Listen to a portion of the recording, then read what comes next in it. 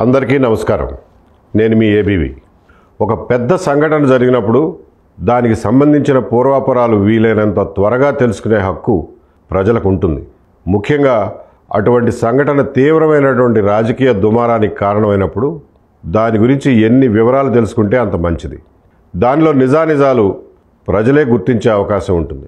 విశాఖపట్నం ఎయిర్పోర్ట్లో అప్పటి ప్రతిపక్ష నాయకుడు వైఎస్ జగన్మోహన్ రెడ్డి గారి మీద కోడి కత్తితో దాడి జరిగిన సంఘటన కూడా అలాంటిదే. అందులో నిజానిజాలేటో ఇప్పటికైనా తెలుసుకుందాం. నేను చెప్పబోయేవి అన్నీ పబ్లిక్ డొమైన్లో ఉన్న డాక్యుమెంట్స్ ఆధారంగా చెప్తున్నవే. కోడి కత్తితో చేసిన ఆ దాడిలో కుట్ర ఉంది అని ప్రజలను నమ్మించేందుకు సాక్షి పత్రిక, వైసీపీ పార్టీ వాళ్ళు ఇప్పటికీ పాటలు పడుతూనే ఉన్నారు. అసలు ఆ కేసులో కుట్ర ఏమైనా ఉందా? ఉంటే ఆ కుట్ర ఎక్కడుంది? కుట్ర ఎవరు చేశారు అనేది వివరంగా చూద్దాం. జనుపల్లి శ్రీనివాస్ అనే 29 సంవత్సరాల దళిత యువకుడు ఒక పేద కుటుంబంలో పెరిగి బీఎస్ఎఫ్లోనో ఆర్మీలోనో చేరదామని విఫల ప్రయత్నాలు చేశాడు. ఆ ఉద్యోగాలు రాక హైదరాబాదు, బెంగళూరు, కువైటు ఇలా 6-7 చోట్ల బేకరీల్లో, హోటళ్లలో వంట పని చేసి చివరికి 2018 జనవరిలో విశాఖపట్నం ఎయిర్పోర్ట్లో ఉన్నటువంటి ఫ్యూజన్ రెస్టారెంట్లో అసిస్టెంట్ కుక్గా జాయిన్ అయ్యాడు. అక్కడ పనిచేస్తున్న సమయంలోనూ అంతకు ముందు కూడా ఇతని ఆలోచనలు రకరకాలుగా సుడులు తిరుగుతూ ఉండేవి. ప్రాపంచిక విషయాలు, సామాజిక అంశాల గురించి తన వయసుకి, చదువుకి, ఆర్థిక స్థితిగతులకి మించి చాలా ఎక్కువ ఆలోచిస్తూ ఉండేవాడు. ఇతను 2018 అక్టోబర్ 20వ తారీఖు మధ్యాహ్నం 12:30 గంటల సమయంలో జగన్మోహన్ రెడ్డి గారు పాదయాత్రలో ఉండి వారం కోర్టుకు హాజరవడానికి విశాఖపట్నం ఎయిర్పోర్ట్ లాంజ్కి వచ్చినప్పుడు ఆయన దగ్గర సెల్ఫీ దిగే మిషతో లాంజ్లోకి వెళ్ళి కోడి పందాల్లో వాడే కోడి కత్తిని తీసుకుని ఆయన ఎడమ జబ్బ మీద ఇలా గుచ్చాడు. ఆయనకి రక్తగాయమైంది. చొక్కా మీద రక్తం మరకైంది. చుట్టుపక్కల ఉన్నవాళ్ళు శ్రీనుని పక్కకు లాగేశారు. సెక్యూరిటీ సిబ్బంది అతన్ని అదుపులోకి తీసుకుని అక్కడి నుంచి లాక్కెళ్ళి ఇమ్మిగ్రేషన్ రూమ్లో కూర్చోబెట్టారు.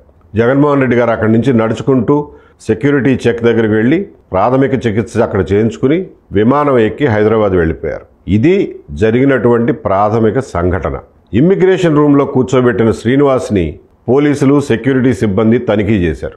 తనిఖీల్లో అతని ప్యాంటు ముందు జేబులో 11 పేజీల ఉత్తరం దొరికింది. శ్రీనివాస్ రాసిన ఆ 11 పేజీల ఉత్తరంలో ముఖ్యమైన విషయాలు ఏమిటంటే తను వైఎస్ రాజశేఖర రెడ్డి గారి అభిమాని అని మొదటి పేరాలోనే ప్రకటించాడు.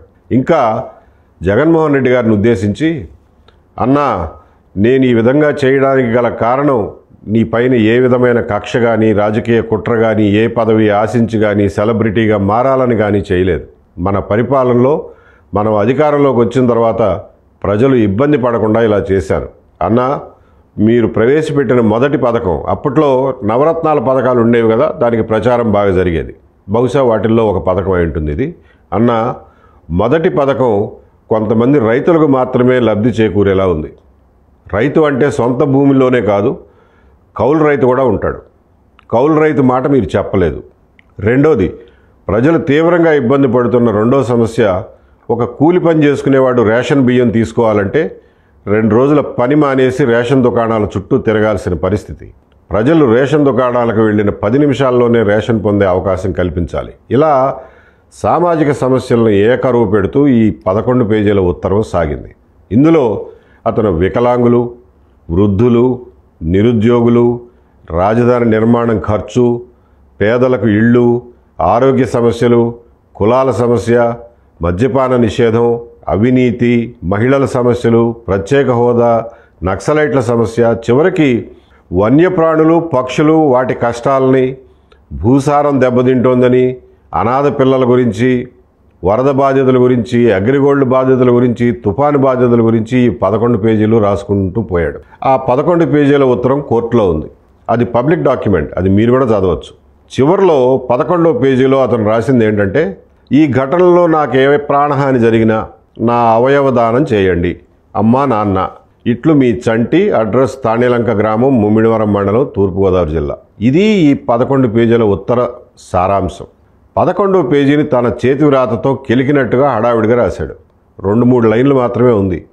అది సంఘటన జరగడానికి 10 నిమిషాల ముందే ఒక తెల్ల కాగితం తీసుకుని దాని మీద గబగబా రాశాడంట, నాకు ప్రాణహాని జరిగితే నా అవయవ దానం చేయండి అని. ఎందుకంటే సంఘటన చేయబోయే ముందు సమయం దగ్గర పడుతున్న కొద్దీ ఇతనికి టెన్షన్ పెరిగిపోయింది. తనను చంపేస్తారేమో, పోలీసులు ఉంటారు అక్కడ, కాల్ చేస్తారేమో అనే భయం పట్టుకుంది. ఒకవేళ కాల్ చేస్తే అవయవ దానం చేయండి అని అప్పటికప్పుడు గుర్తొచ్చి రాశాడు. చూస్తే ఈ 11 పేజీల ఉత్తరంలో మొదటి 9 పేజీలు ఒక దస్తూరులో ఉన్నాయి, 10వ పేజీ వేరే దస్తూరులో ఉంది, 11వ పేజీ 3వ దస్తూరులో ఉంది. ఇన్ని దస్తూరీలు ఉన్నాయేంటి అని చెప్పి చూస్తే అతను చెప్పిన దాన్ని బట్టి తర్వాత దర్యాప్తులోనూ తేలింది ఏంటంటే, తన చేతి రాత బాగోదని చెప్పి మొదటి 9 పేజీలు అతను ఊళ్ళో ఉన్నటువంటి మంచి చేతి రాత కలిగినటువంటి ఒక కజిన్తో రాయించుకున్నాడు. రఫ్ బుక్లో టెక్స్ట్ తనే ఇచ్చి దాన్ని మంచి చేతి రాతతో రాయించాడు. 10వ పేజీ ఎవరు రాశారయ్యా అంటే, ఈ సంఘటనకి ముందు రోజు రాత్రి కొన్ని విషయాలను మర్చిపోయాను అని అందులో అగ్రిగోల్డ్ తుఫాను సమస్యలు ఉన్నాయి. 10వ పేజీని సంఘటనకు ముందు రోజు తన రూమ్మేట్తో రాయించాడు. ఆ 11 పేజీల ఉత్తరాన్ని స్వాధీనం చేసుకున్న సిఐఎస్ఎఫ్ సిబ్బంది, ఎయిర్పోర్ట్ అధికారులు దాని ప్రతి పేజీ మీద సంతకం చేసి మరీ పోలీసులకు అప్పగించారు. ఈ ఉత్తరం ఎవరు చదివినా ఇతను వైఎస్ రాజశేఖర రెడ్డి గారి అభిమాని అని, అలాగే జగన్మోహన్ రెడ్డి గారి అభిమాని అని, ఆయన పార్టీ అధికారంలోకి రావాలని, వచ్చి తను చేసిన సూచనలన్నీ పాటించాలని కోరుకుంటున్నాడని అర్థమవుతుంది. పోలీసులు అడిగితే శ్రీనివాస్ అదే చెప్పాడు, తను జగన్ అభిమాని అని చెప్పుకొచ్చాడు. మరి అభిమాని వై ఉండి కత్తితో ఎందుకు పొడిచావా అని ప్రశ్నిస్తే అతను చెప్పింది ఏంటంటే, చిన్న గాయం చేస్తే తను చెప్పదలుచుకున్నటువంటి మాట తన ఉత్తరం ఖచ్చితంగా చదువుతారని, అలాగే చిన్న గాయం చేస్తే సానుభూతి వచ్చి బాగా ఓట్లు వచ్చి ఆయన 150 సీట్లతో ముఖ్యమంత్రి కావాలని పొడిచాను సార్ అని చెప్పాడు. ఇది వింటే ఎవరికైనా ఆశ్చర్యం వేస్తుంది, చూడటానికి ముందు నమ్మశక్యం కాదు. కాకపోతే ఇంకా సేపట్లో ఇంకొకటి జరిగింది. అమలాపురం నుంచి మీడియా వాళ్ళు ఒక ఫోటో పంపించారు. ఆ ఫోటోలో ఏముంది అంటే, జనవరి 1 నూతన సంవత్సరం 2018 సందర్భంగా శ్రీనివాస్ వాళ్ళ ఊళ్ళో ఒక ఫ్లెక్సీ వేయించాడు. దాన్ని బజార్లో కట్టించాడు. ఆ ఫ్లెక్సీలో శ్రీనివాస్ బొమ్మ, జగన్మోహన్ రెడ్డి గారి బొమ్మ, నూతన సంవత్సర శుభాకాంక్షలు అనే అక్షరాలు, ఒక పక్షి బొమ్మ ఉన్నాయి. ఆ ఫోటో చూస్తే ఇతను జగన్మోహన్ రెడ్డి గారి అభిమాని అనే విషయం తెలిసిపోతుంది. ఆ 11 పేజీల ఉత్తరం, ఈ ఫ్లెక్సీ బొమ్మ చూస్తే ఎవరికైనా కానీ శ్రీనివాస్ చెప్తున్న స్టోరీ నిజమే అని ప్రాథమికంగా అనిపిస్తుంది. అసలు ఉద్దేశం ఏమిటా అనేది ఖచ్చితంగా చెప్పలేం, కానీ అతను మాత్రం రాజశేఖర రెడ్డి గారికి, జగన్మోహన్ రెడ్డి గారికి అభిమాని అనే విషయం రూఢి అవుతుంది. మామూలుగా అయితే ఈ విషయాలు వెంటనే బయటకు చెప్పాల్సిన అవసరం ఉండేది కాదు. కానీ ఇంతలోనే వైసీపీ నాయకుల ప్రకటనల వెల్లువ మొదలైంది. ఒకరేమో కత్తికి విషం పూశారంటారు, ఇంకొకరేమో హత్యా ప్రయత్నం చేశారంటారు, ఇది జగన్మోహన్ రెడ్డి గారి హత్యకి ఫలానా వాళ్ళు పన్నిన కుట్ర అని ఇంకొకరు, ఇలా విచ్చలవిడిగా మీడియాలో మాట్లాడటం మొదలెట్టారు. రాయలసీమలో కొన్ని పట్టణాల్లో అయితే రోడ్ల మీద వైసీపీ కార్యకర్తలు గుమికూడి టైర్లు రోడ్ల మీద వేసి కాల్చడం మొదలుపెట్టారు. సాధారణ ప్రజలకు ఏంటంటే, వాళ్ళకి సరైన సమాచారం లేకపోతే ఈ వైసీపీ నాయకులు చెప్పిన విష ప్రచారాన్ని నమ్మితే వాళ్ళు కూడా ఆవేశానికి, ఉద్రిక్తతకు లోనవుతారు. కౌంటర్గా ఏమీ సమాచారం లేకపోతే ఇది నిజం కాదురా బాబు అని టీడీపీ వాళ్ళు చెప్పుకోవడం కానీ, లేదంటే సామాన్య ప్రజలు నమ్మడానికి కానీ అవకాశం ఉండదు. ఈ విష ప్రచారాన్ని ఖండించకపోతే ఎటు దారి తీస్తుందో చెప్పలేము. అందుకనే ఈ ఫ్లెక్సీ ఫోటో, ఈ 11 పేజీల ఉత్తరం సారాంశం అన్నీ చదివి అతను చెప్పిన మాటలు పోల్చుకుని నమ్మకం కలిగిన తర్వాత అప్పటి డీజీపీ గారికి 4-5 సార్లు చెప్పగా ఆయన బలవంతాన మీడియా ముందుకు వచ్చి, ఈ సంఘటనకు పాల్పడిన వ్యక్తి జగన్మోహన్ రెడ్డి గారి అభిమాని, సానుభూతి కోసమే ఈ పని చేశానని చెప్తున్నాడు అని చెప్పాల్సి వచ్చింది. ఇందులో అవాస్తవం ఏమీ లేదు. ఫ్లెక్సీ ఫోటో అప్పటికే వాట్సాప్ గ్రూపుల్లో అన్ని జిల్లాల వాళ్లకు వెళ్ళిపోయింది. దాంతో ప్రజలు కొంచెం ఊపిరి పీల్చుకున్నారు.